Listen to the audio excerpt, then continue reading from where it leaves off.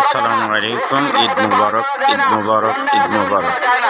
বুড়িচং বাজারের পশ্চিম দিকে আল হাদিস ঈদগাহ আজকে 7:30টায় জামাত হইল। সকলে সকল জায়গা থেকে ভালো থাকবেন, সকলের জন্য দোয়া রইল। যারা এটা করতে পারে তারাই হলো প্রকৃত মুত্তাকি।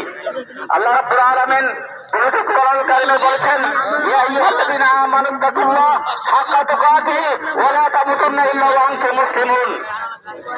এই ইমানদারগণ, তোমরা আল্লাহকে ভয় করো। এই আল্লাহকে ভয় করাটাই হচ্ছে তাকওয়া। আচ্ছা বলুন তো, ওরা দেখে আল্লাহকে ভয় করলে তার দ্বারা কি কোনো মন্দ কর্ম করা সম্ভব? তার দ্বারা চুরি করা সম্ভব? ডাকাতি করা সম্ভব? বড়ের হক নষ্ট করা সম্ভব? আল্লাহ এবং তার রাসূলের নাফরমানি করা কি তার পক্ষে সম্ভব?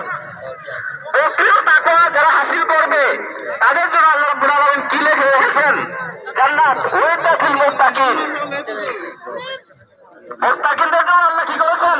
জান্নাত তৈরি করে রেখেছেন, যার প্রশ্রমে আসমান এবং জমিনের সমান। আসমান এবং জমিন একসাথে যতটুকু হবে, জান্নাতের প্রশস্ত ততটুকু।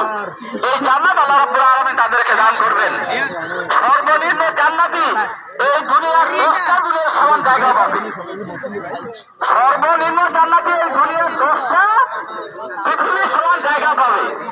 আর জান্নাতে এই একটা চাবুক রাখার জায়গার দাম দুনিয়া এবং দুনিয়াতে যা কিছু আছে সব কিছুর বিনিময় দিয়ে হলো এই চাবুক রাখার যে জায়গাটা, এই জায়গাটার দামে হবে না।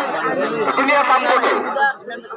সম্মানিত তিনি ভাইয়েরা, তাহলে আমাদেরকে আমরা যে এই তাকওয়া হাসিল করলাম 1 মাস সিয়াম সাধনার মাধ্যমে, এই তাকওয়াকে আমাদেরকে ধরে রাখতে হবে। জীবনের সর্বক্ষেত্রে, পরিবারে, সমাজে, রাষ্ট্রে এই তাকওয়াকে প্রতিষ্ঠা করতে হবে।